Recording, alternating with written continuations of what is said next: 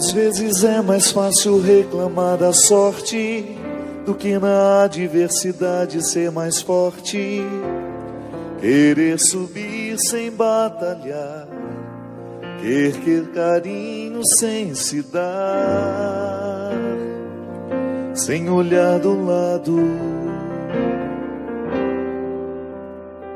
Já imaginou de onde vem a luz de um cego?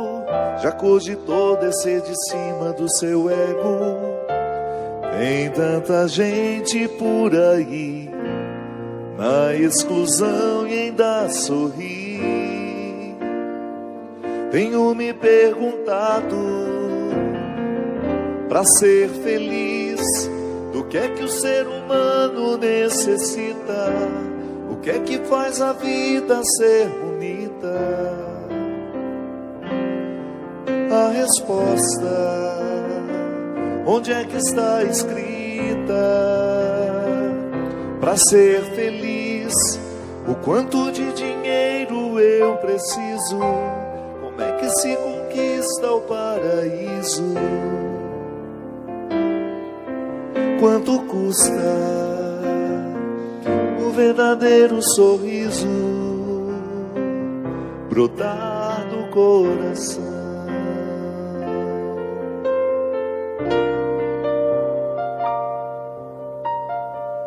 Talvez a chave seja a simplicidade, talvez prestar mais atenção na realidade, porque não ter como lição o exemplo de superação de tantas pessoas. O tudo às vezes se confunde com nada, no sobe e desce da misteriosa escada, e não tem como calcular. Não é preciso, não é estratégico, né? Não é estratégico para ser feliz. Do que o ser humano necessita? O que é que faz a vida ser bonita? A resposta, onde é que está escrita? Para ser feliz, o quanto de dinheiro eu preciso? Como é que se conquista o paraíso? Quanto custa pro verdadeiro sorriso? Para ser feliz, o que é que o ser humano necessita? O que é que faz a vida ser bonita? A resposta, onde é que está escrita? Para ser feliz, o quanto de dinheiro eu preciso? Como é que se conquista o paraíso? Quanto custa pro verdadeiro sorriso brotar do coração? Muito boa noite, é com muita alegria que nós começamos mais um programa Direção Espiritual. A felicidade só é possível quando nós nos dispomos ao preparo dela. Toda colheita, todo resultado é fruto de um antes que nos custou muito. É interessante porque quanto mais a gente descobre o valor do antes, maior é a nossa capacidade de valorizar o momento presente. Quantos anos nós levamos, né, para conseguir tantas coisas? E eu nem estou falando somente na dimensão material, não. Não é nenhum problema a gente trabalhar para materialmente nós termos conforto, mas eu estou falando de outras conquistas. Aquele resultado que você identifica em você, que foi fruto de muito caminhar. A maturidade, né? a maturidade emocional, espiritual, psíquica. Quanto que nós precisamos caminhar para sermos capazes de desfrutar dos benefícios da maturidade? Às vezes eu fico pensando, minha gente, que nada pode ser mais nocivo a nós, nada pode representar um prejuízo maior do que a gente não desfrutar da maturidade. Porque a maturidade é justamente o conforto existencial. Só ela pode nos dar o conforto existencial. Tanto é que nós podemos pensar como a mesma coisa: maturidade e conforto existencial. E o que é isso? O que é o conforto existencial? É quando você percebe que, apesar de você enfrentar conflitos, você desfruta de um equilíbrio interior. Então, enfrenta o conflito com maturidade.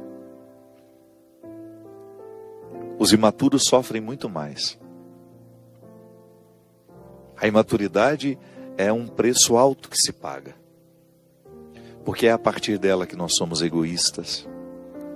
E sendo egoístas, dificultamos muito a nossa realização.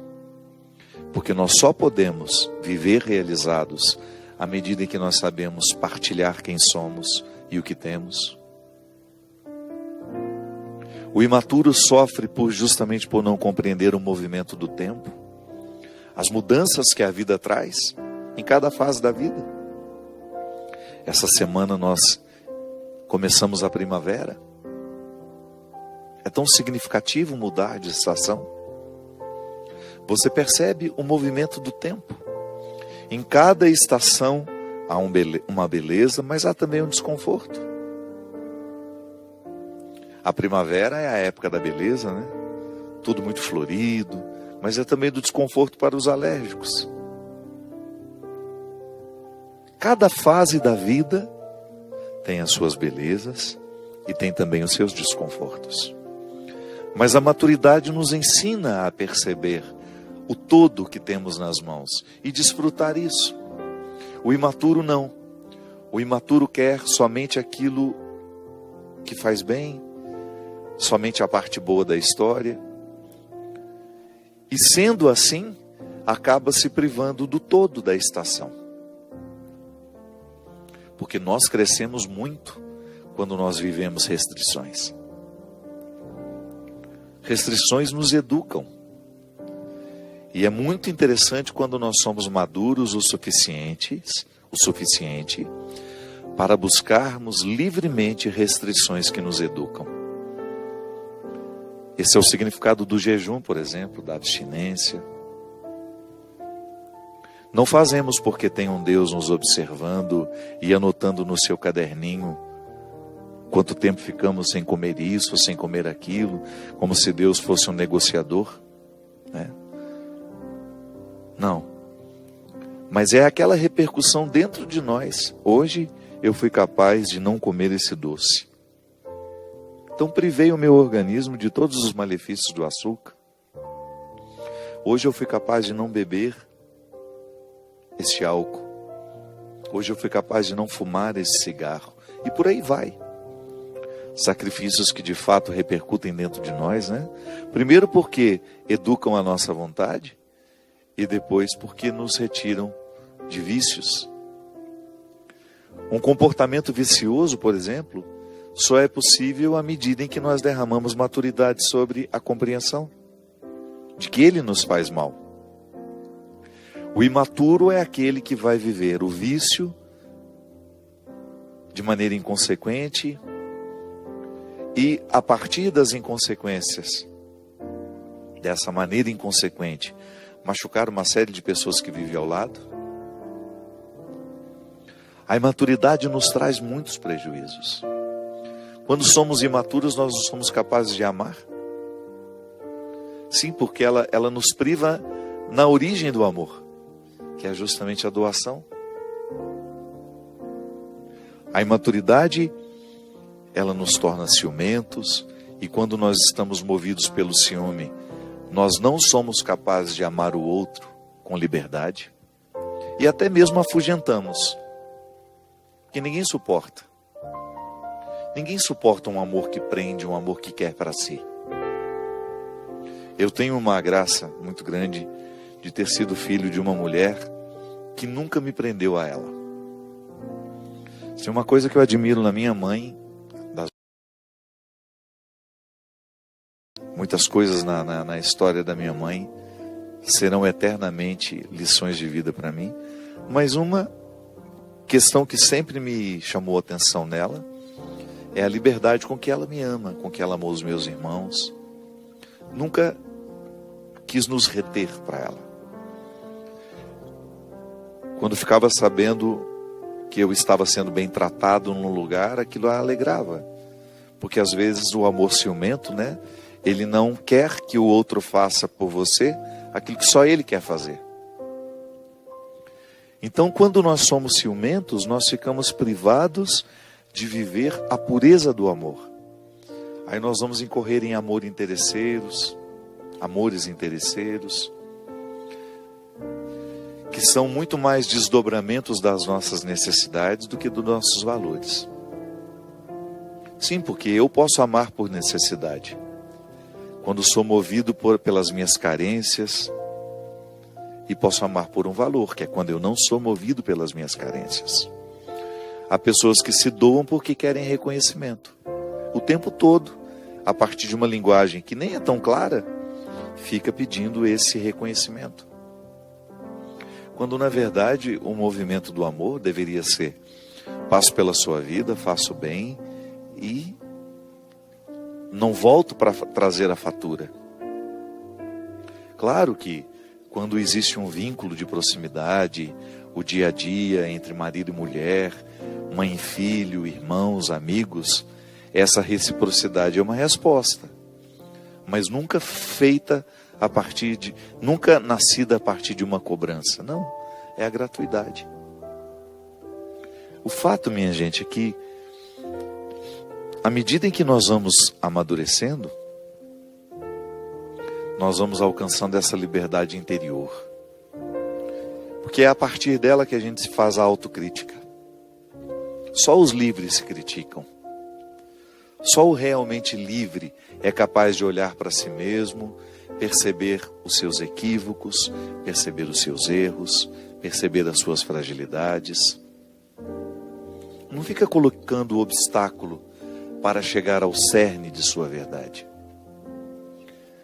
Os livres e os que se autocriticam, esses fazem a diferença no mundo. Porque se tornam instrumentos de transformação.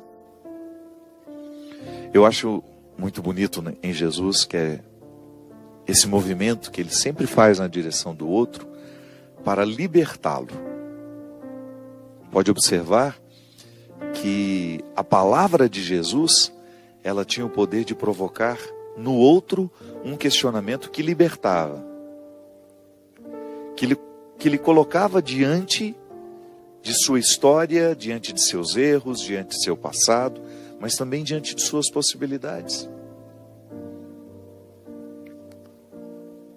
Jesus colocava uma palavra que provocava um desassossego e naturalmente encaminhava ali um processo de maturidade.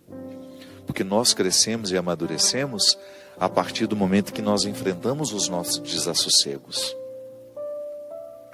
Quando eu olho de frente para aquilo que me amedronta, quando eu olho de frente para aquilo que me desinstala, quando eu não tenho medo dos meus conflitos.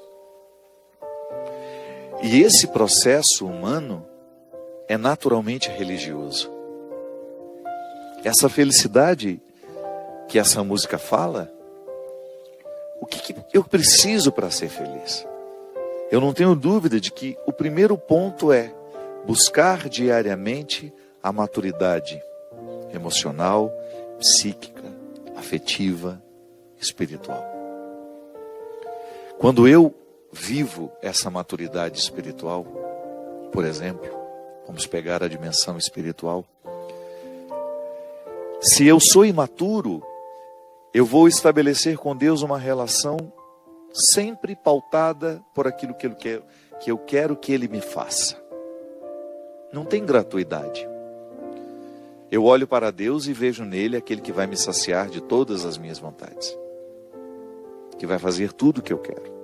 Isso é imaturidade. A maturidade na fé coloca-nos diante de Deus muito mais como uma relação gratuita do que necessariamente de imposições. A minha oração, por exemplo, eu sou mais livre, eu sou mais maduro, à medida em que eu olho para Deus como um amigo que me acompanha, que está ao meu lado, me ajudando a esclarecer o que eu ainda não sei, a conhecer o que eu ainda desconheço. Mas nunca como uma muleta. Não, Deus é meu amigo. A maturidade espiritual me leva a experimentar um Deus amigo. Eu sempre gosto de pegar aquele encontro de Jesus com a samaritana, porque o que Jesus faz com a samaritana? Liberta aquela mulher de uma religiosidade que não lhe favorecia. Por quê? Ela era samaritana, era mulher e estava à margem, justificadamente à margem. O discurso religioso segregava pelo fato de ser samaritana, pelo fato de ser mulher. Jesus coloca dentro dela uma palavra libertadora, que faz com que aquela mulher se reinterpretasse. Porque aí ela se coloca diante de um Deus verdadeiro. E ela pergunta, por que Deus me rejeitaria por ser mulher? Por que Deus me rejeitaria por ser samaritana? E percebe que aquilo que ela escutava dos líderes religiosos que acreditavam nesse direito de Deus rejeitar por ser mulher e por ser samaritana, não fazia sentido. Jesus estava apresentando àquela mulher a um Deus misericordioso, que não faz distinção de pessoas, que não olha a raça, que não olha o sexo para poder amar. Ama pelo simples fato de ser uma criatura à sua imagem e semelhança. Ao semear aquela mulher com palavras libertadoras, Jesus semeou maturidade dentro dela.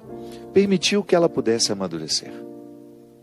Sim, porque é interessante, minha gente, às vezes alguns acontecimentos nos amadurecem tanto.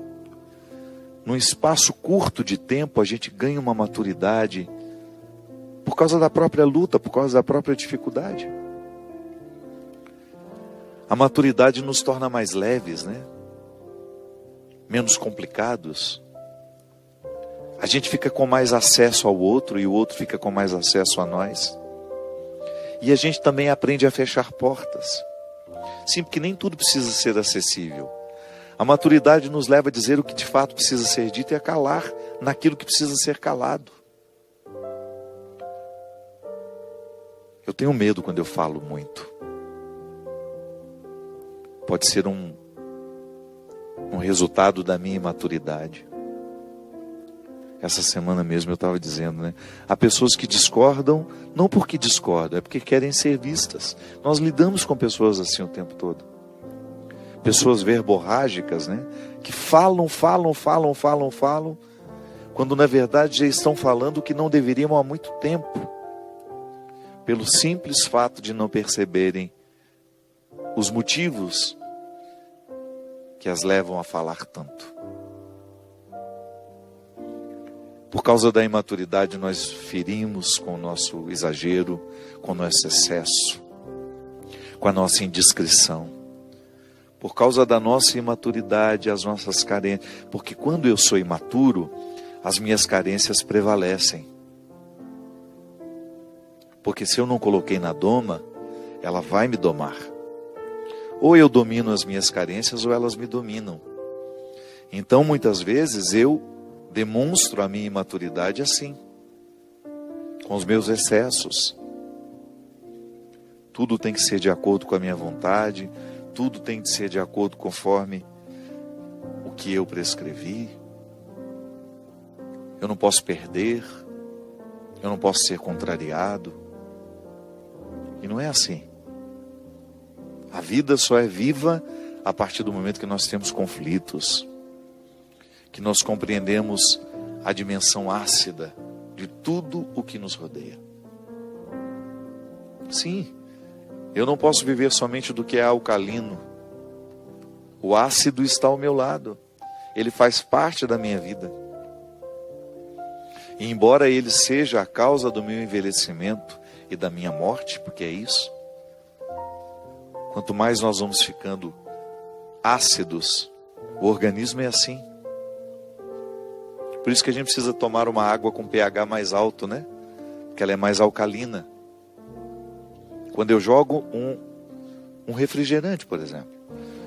Pra você ter uma ideia, o refrigerante é tão ácido, que para você diluir a acidez que ele provoca no seu organismo, você precisa de 20 copos de água para um copo de refrigerante. Estava lendo essa semana e vendo um especialista dizer que o refrigerante é o principal causador de câncer. Porque onde cresce o câncer? Nos ambientes ácidos. As células cancerígenas, elas crescem em ambientes ácidos. É a acidificação do organismo que gera o câncer. Então eu posso ficar ácido por um alimento que eu como, por um sentimento que eu nutro. Por 1000 motivos eu posso ficar ácido. E eu convivo, agora já a metáfora, né? Eu posso acidificar o meu organismo com um copo de refrigerante, por exemplo. Eu posso escolher. Como eu posso escolher um copo de água alcalina, que só vai fazer bem a ele. Um pH acima de 7, 7,5, de preferência 8, 9. Que aí ele está de acordo com o pH do seu organismo. O alcalino é a vida. Quanto mais alcalinos nós estivermos, mais saudáveis nós estaremos. A maturidade emocional, espiritual é a mesma coisa. Então eu também lido com realidades ácidas, pessoas ácidas, situações ácidas. Mas eu posso alcalinizá-la. Alcalinizá-las são situações, são pessoas. Ou então coloco um filtro para que isso não venha morar dentro de mim. Opiniões, por exemplo. O imaturo absorve todas as opiniões. O maturo ouve e é capaz de absorver aquela que de fato importa. Isso aqui é contrário ao que eu penso, mas me ajuda a crescer. O imaturo não. O imaturo absorve tudo. A maturidade nos permite um filtro, nos coloca um filtro, e a partir dele nós vamos selecionando o que queremos para nós. Gente, isso serve para tudo. Pessoas, situações, pensamentos, palavras, imagens. O mundo está ao meu redor. Eu tenho 1000 coisas para ver. A minha televisão está lá com 300 canais. O que eu quero ver? O que eu vou permitir que entre? Que venha fazer parte dos meus sentimentos? Que venha fazer parte dos meus pensamentos? Isso me alcaliniza ou me acidifica? A palavra que hoje eu escolho dormir com ela é uma palavra alcalina ou é uma palavra ácida? O alimento que eu vou escolher comer hoje, antes de dormir, se eu for ainda comer alguma coisa, ele me trará benefícios ou ele me trará malefícios? Essa escolha, minha gente, passa pela nossa maturidade. Por isso que não existe uma pessoa realmente realizada fora do processo da maturação. A maturidade é o veículo que nos conduz à realização humana. E se você quiser chamar a realização humana de felicidade ou felicidade de realização humana, não tem problema. Eu pessoalmente gosto mais da expressão realizado do que feliz. Porque dentro do nosso imaginário, muitas vezes, felicidade não comporta a tristeza, e não é bem assim. Eu posso muito bem ser um homem feliz, tendo problemas na vida. Então, dentro do imaginário popular, feliz é aquele que não tem problema, não é bem assim. Eu posso ser um homem feliz, tendo muitos problemas todos os dias. Porque a felicidade é o conforto existencial. É eu me sentir bem em mim. É eu me sentir bem enfrentando os problemas que eu enfrento, experimentando as alegrias que me alegram. Sim, é eu saber que apesar de estar difícil, eu estou no eixo correto. Eu estou no lugar onde eu identifico que há uma coerência entre o meu ser e as escolhas que me rodeiam, entre as situações que estão ao meu redor. Coerência, uma palavra que também nos ajuda a entender a realização. Para eu estar realizado, eu preciso estar na coerência. Isso é, as situações que estão me envolvendo estão de acordo com aquilo que eu sou, com aquilo que eu espero, com aquilo que eu quero para mim. E isso só é possível no exercício da maturidade. Se eu não sou um homem maduro, é possível que eu passe uma vida inteira na incoerência, sem perceber ou sem articular nada para que isso seja modificado. Nunca perde aquele que opta por amadurecer. Nós vamos para um rápido intervalo e a gente volta já já com o programa Direção Espiritual.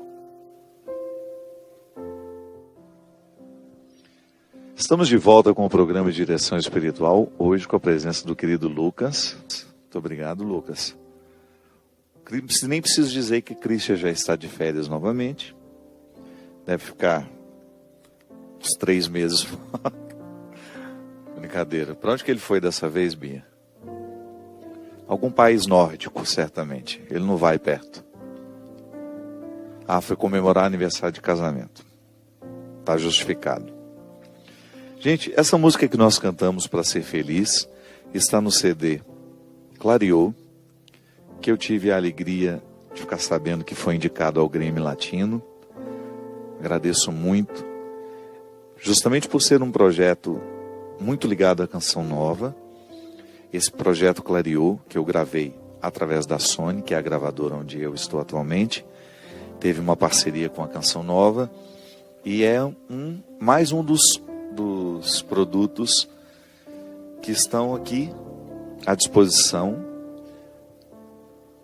que tem como objetivo evangelizar e também ajudar a manter essa obra. Então, se você ligar aqui no 0 operadora 12 38 86 26 00 e adquirir o CD Clareou, você ajuda a Canção Nova a quitar as suas dívidas. Lembra que na semana passada nós falamos da Bíblia? Pois é, o Davi mandou hoje a versão cor-de-rosa para você conhecer. Olha aqui que bonita essa Bíblia. Bem diferente, né? Nós mostramos a azul marinho na semana passada e estamos mostrando agora a versão rosa para as meninas. Também para os meninos não tem nenhum problema, né? Rosa é uma cor universal. Eu particularmente gosto de rosa também. Não teria uma Bíblia rosa, mas uma camisa rosa. Teria? Você teria, Lucas? Também não tem problema com isso, não. Mas ficou... acabou que o rosa se tornou uma cor mais para as mulheres, né? Então tá aqui. Se você quer presentear a sua menina, uma adolescente que certamente gosta da cor rosa, vai ficar feliz em ganhar uma Sagrada Escritura com essa leitura mais fashion, né? Porque ficou bonita mesmo, bem bonita. A azul marinho que nós mostramos na semana passada e essa versão rosa.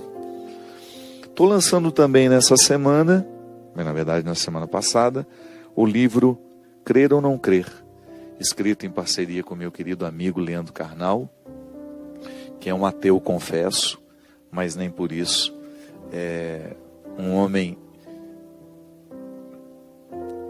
que não tenha respeito por nós, pelo contrário, né?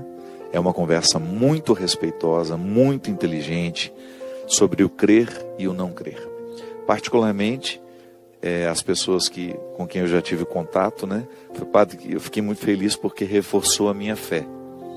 Sim, o contraponto sempre nos ajuda a pensar. Nós não podemos ter medo do diferente.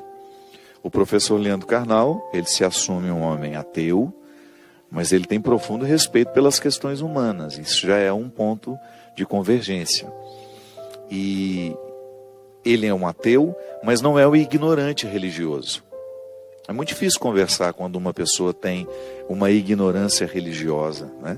E vem com argumentos frágeis para poder, de alguma forma, desmerecer o que nós cremos. Mas não, o professor Leandro Carnal é um homem muito inteligente, muito culto e profundamente conhecedor da teologia cristã, porque ele foi religioso durante muito tempo. Então, se você quiser uma leitura que vai abrir um pouco os horizontes da sua crença, da sua capacidade de ser gente à luz do sagrado, este livro é indicado para você. Nós vamos ter alguns lançamentos, me parece que no dia 3 de outubro nós vamos ter um debate lá no Shopping Frei Caneca, num teatro que tem, depois eu vou indicar direitinho também nas minhas mídias sociais, em São Paulo. É o primeiro lançamento que nós teremos, que será um bate-papo e depois seguido de uma sessão de autógrafos. Pelo que me consta, no Rio de Janeiro vai ser no dia 23 de outubro. Mas fique atento àquilo que nós vamos anunciar, tanto lá no meu Instagram quanto no meu Twitter. Queria lembrar também, aproveitar e mostrar o site www.Filho do Céu, com os nossos símbolos religiosos, que tem, além, né, dessa pulseira linda que eu estou usando aqui hoje. Filho do Céu é o nome de um projeto, né? Tá dando para ver aqui? É um projeto que eu gravei na Canção Nova há muitos anos, e esse símbolo tornou-se muito conhecido, este Cristo ressuscitado. Entre lá e você vai ver esses símbolos religiosos, todos muito bonitos, e parte dessa renda nós estamos destinando. Ainda não fizemos a primeira doação, porque o site começou agora tem pouco tempo, mas o projeto apoia o Lar da Tia Socorro lá em Mosqueiro. Essa semana houve um episódio interessante. Eu fiz um post no meu Instagram, vou lê-lo aqui. Eu escrevi assim: nunca é possível conciliar o amor ao sossego. O vínculo, ainda que sólido, será sempre marcado pela insegurança, pelo medo da impermanência. E aí eu achei interessante porque muita gente apressou-se em discordar, como se isso fosse uma oposição àquilo que nós acreditamos como cristãos.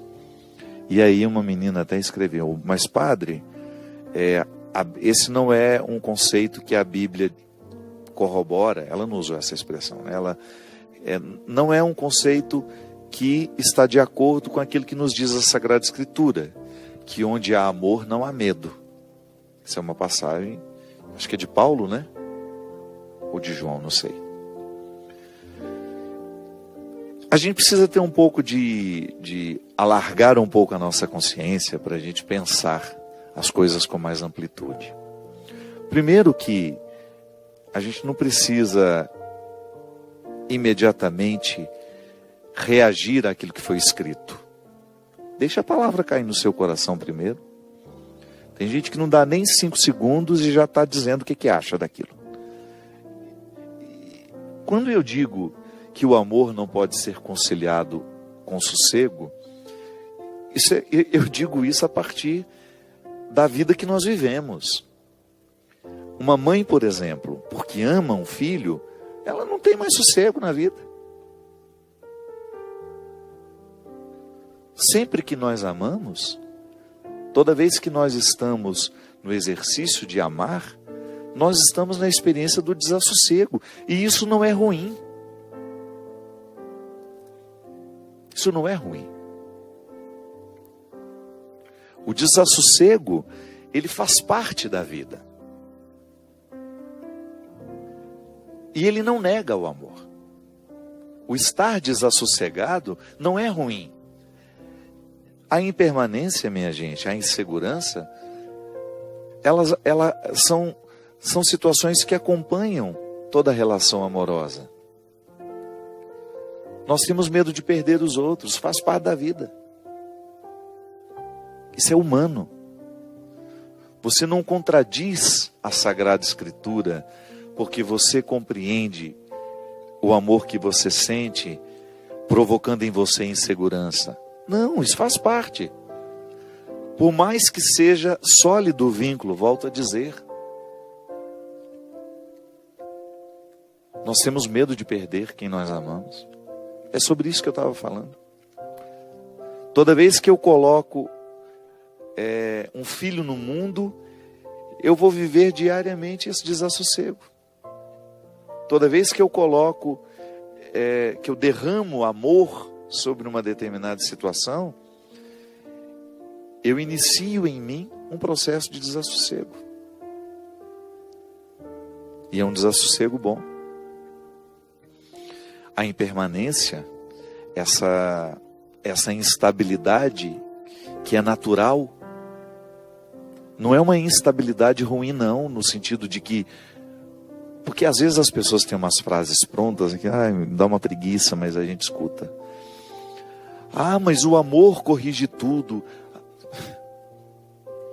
O amor é a solução para tudo. Mas o nosso amor é precário, o nosso amor é marcado pelo nosso limite. Onde há amor, não há medo. Sim, traga-me uma mãe que não tem medo de perder o filho. Traga-me aqui. Apresente-me alguém que no exercício de amar, vez em quando não é visitado pela insegurança, pelas regras da impermanência. Nós morremos, nós vamos embora, nós traímos, é disso que eu falava. Então, às vezes, nós temos uma visão muito romântica do amor. Isso não cabe mais, sabe? Vamos ver a vida com mais realismo. Sim, eu posso muito bem amar, viver todos os benefícios do amor, sem precisar negar o que nele e em mim é desassossego. Eu vivo desassossegos constantes quando amo. As frasezinhas prontas e as frases de efeitos que estão por aí, definitivamente elas já deixaram de me dizer há muito tempo. Eu prefiro a crueza da vida, é assim. Experimento o amor o tempo todo como estar na corda bamba. E você sabe que isso faz até bem aos amantes? Para você não ter aquela pretensão de que o outro é seu, de que você já conquistou definitivamente. Não. O amor conjugal ele é mais bonito à medida em que você vive essa conquista todos os dias. Quando você olha para o companheiro que está ao seu lado e você sente que precisa empenhar-se diariamente na manutenção desse amor. E quando você olha um filho dormindo no berço, você experimenta o que o amor tem de mais bonito, mas também o que ele tem de mais duro. A partir do momento, a sua felicidade está intimamente ligada àqueles batimentos cardíacos. E à medida em que aquela criança vai crescendo, vai ganhando autonomia, você vai sofrendo, você vai perdendo aquele controle que você tinha, você vai deixando de ter. Aí você vai tendo que reformular o amor. E isso não dói, não? Isso não causa medo? Prefere a frase de efeito? Eu não. Eu prefiro ver o amor como uma realidade que o tempo todo me causa deleite, alegria, mas também me causa desconforto. É matemática. Seria uma ilusão eu pensar que o amor só tem a sua dimensão positiva, não? Eu sei o prejuízo que tomo quando amo. mas é um prejuízo que eu quero tomar livremente, porque os benefícios dele compensam. Mas toda a experiência amorosa, ela é marcada por aquilo que tem de positivo e por aquilo que tem de negativo. Uma pessoa que opta pela solidão, por exemplo, não quer casar, não quer ter filho, ela vai enfrentar os outros benefícios do amor e os outros prejuízos, mas são completamente diferentes daquele que se casou e daquele que escolheu ter alguém, daquele que escolheu ter filho, totalmente diferente. Então, que as visões românticas não nos impeçam de perceber a realidade. Que às vezes nós temos uma leitura muito, muito romântica da vida. E um pouco de realismo faz bem. Não é nenhum problema eu pensar o amor como vantagem, mas também como prejuízo. E eu quero, sabe? Essa instabilidade é o amor. A instabilidade faz parte do amor. Amar dói. E se você for honesto, você vai ver que amar dói. Amor traz paz, amor traz, mas também traz desassossego. Não veja somente a visão romântica, não. Porque senão você vai passar uma vida inteira achando que ama. Quando na verdade a gente só experimenta o amor quando nós passamos pelo crivo da dor.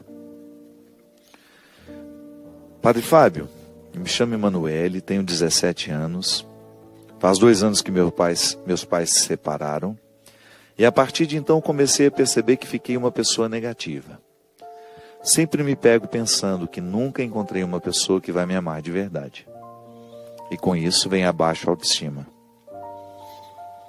Acho que as pessoas nunca vão me achar bonita. E eu sofro com isso, padre. O que eu posso fazer? Minha filha, a leitura que nós fazemos de nós é absolutamente importante para a gente receber a leitura que o outro faz de nós. Seria muito cruel da minha parte esperar que o outro me ofereça aquilo que é minha obrigação oferecer-me. Então, às vezes, Emanuele, nós temos dificuldade de prosseguir a vida, é porque nós estamos esperando que o outro nos traga, que o outro nos prepare o que nós deveríamos preparar. Então, qual é a primeira realidade a ser curada? Tomar uma distância do casamento de seu pai e da sua mãe que não deu certo e tentar entender que isso não é uma regra para você. Porque às vezes, quando eu vejo o fracasso do casamento dos meus pais, eu tendo naturalmente a pensar que o meu também será uma experiência fracassada. Porque é o exemplo mais próximo que nós temos de nós. Então é preciso lavar essa roupa suja. É preciso reorientar essa visão. Sim, está certo.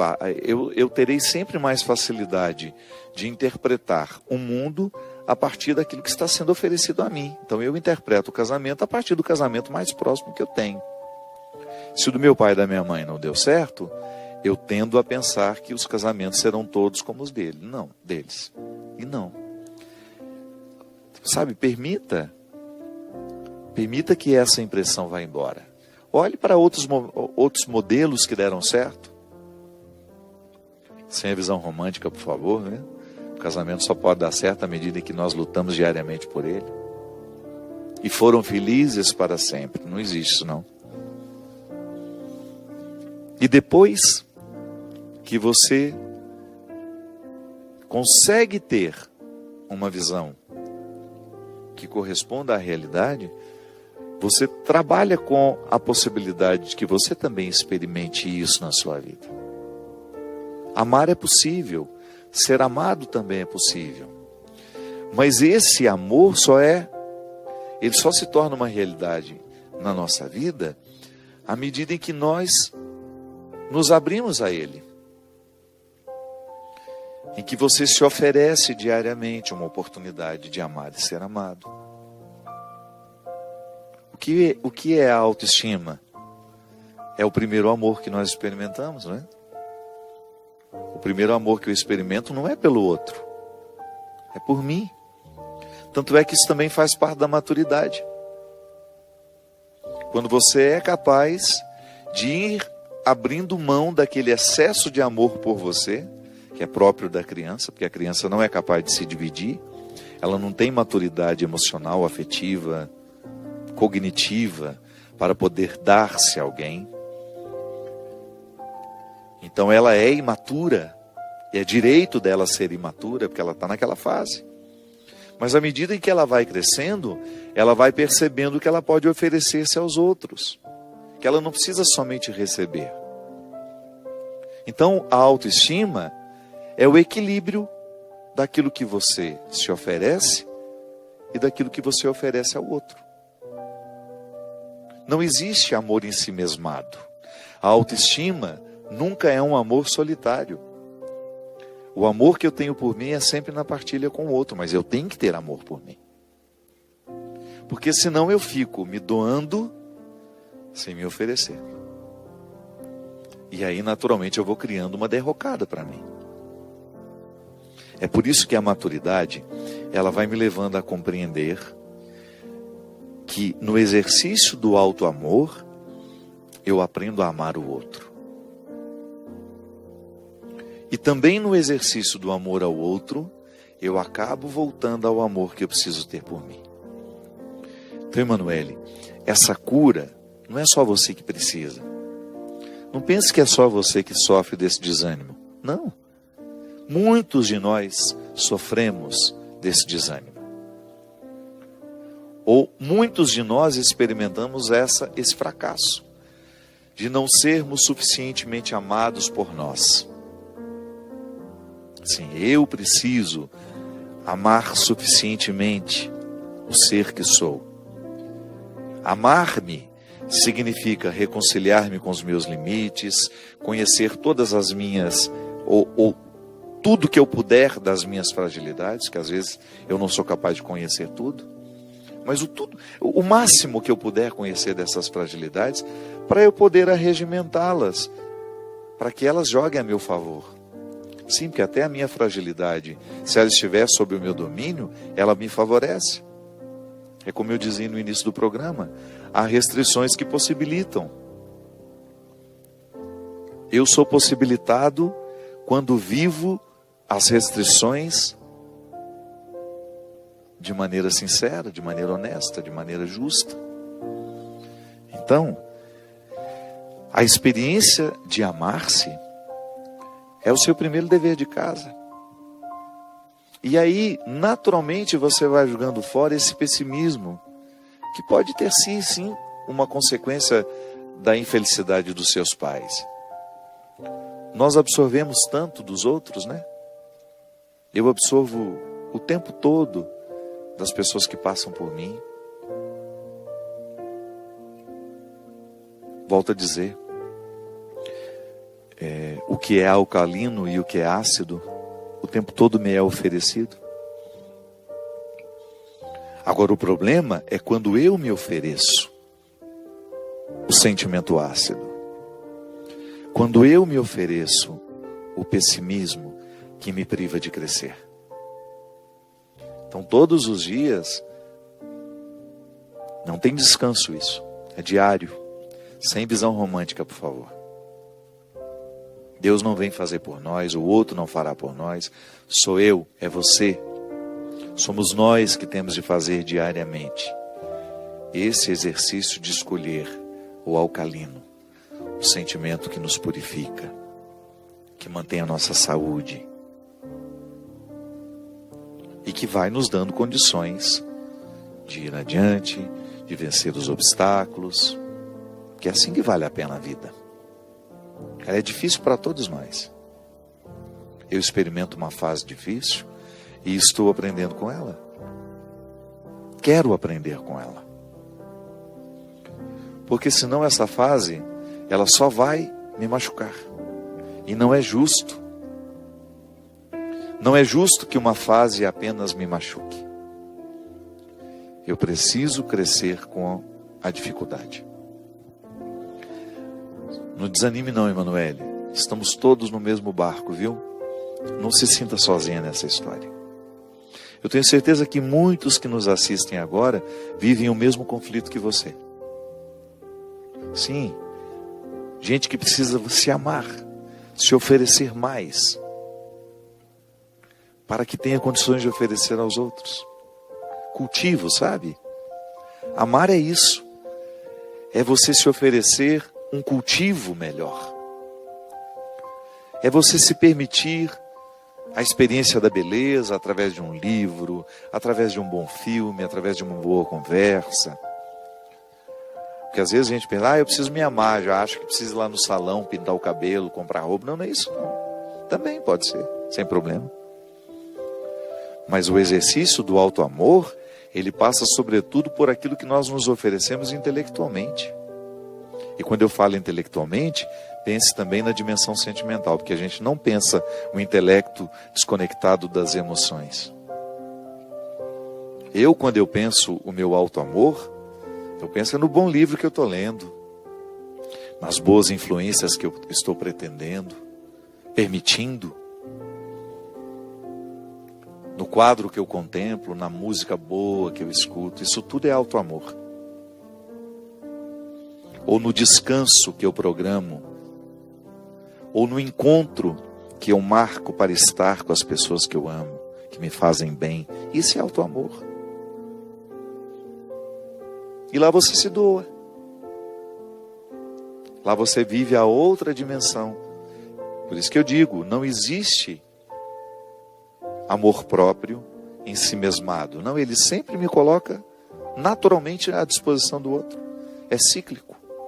Eu me dou, eu me ofereço e naturalmente eu ofereço ao outro, do outro recebo, volto para mim e assim vamos. Reciclando os amores, reciclando as experiências que nos amadurecem. É isso, minha gente.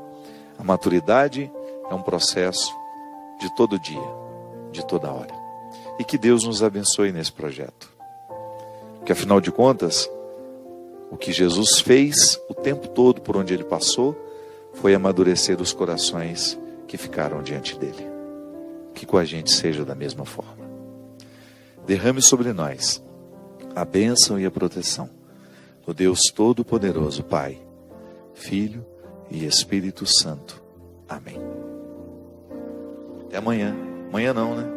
Até a semana que vem, se Deus quiser. Talvez a chave seja a simplicidade. Talvez prestar mais atenção na realidade.